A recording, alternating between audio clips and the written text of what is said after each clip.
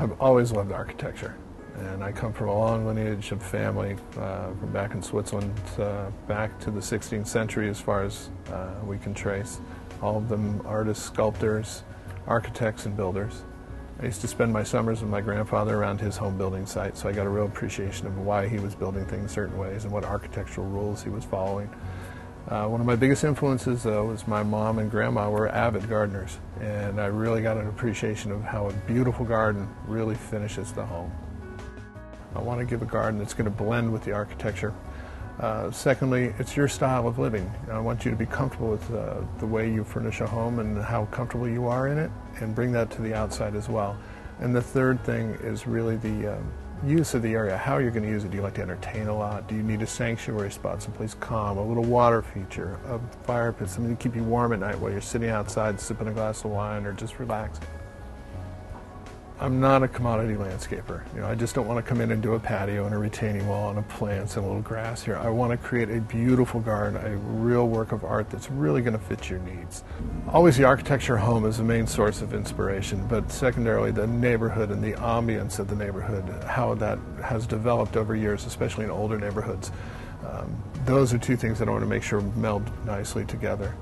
Another big source of inspiration is the materials that I choose, the stone, the boulders, the colors, how they're going to ripple together, whether we're using brick or tile. All these colors got to play together, and it's very exciting to actually go and select these things that are just perfect for the situation.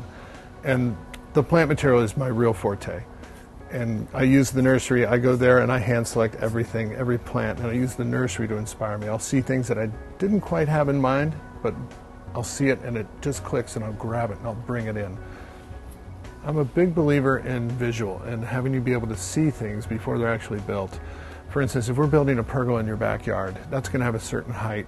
Then that may obstruct a view, or it may start blocking views in the garden. So I want you to actually sit at your kitchen table, look through that window, and we will have a mock-up to where we can raise the beam and lower the beam so we can get the proper visual angle for you to see. And that works with all of our other elements as well. When we lay out our concrete, we draw it out in paint, we'll set the forms, and I want you to come out, we'll set up furniture in that area so we can see if it's going to manage all your entertaining areas properly. I'm on site every day, driving the design elements that are happening, as well as making sure the quality is being maintained, and we are in touch with each other basically on a daily basis.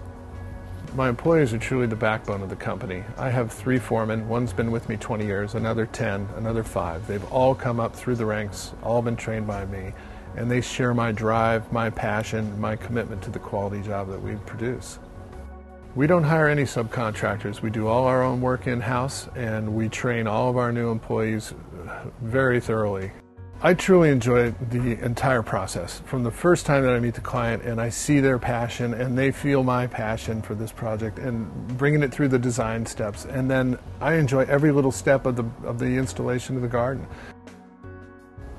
From here, we begin building your dream garden.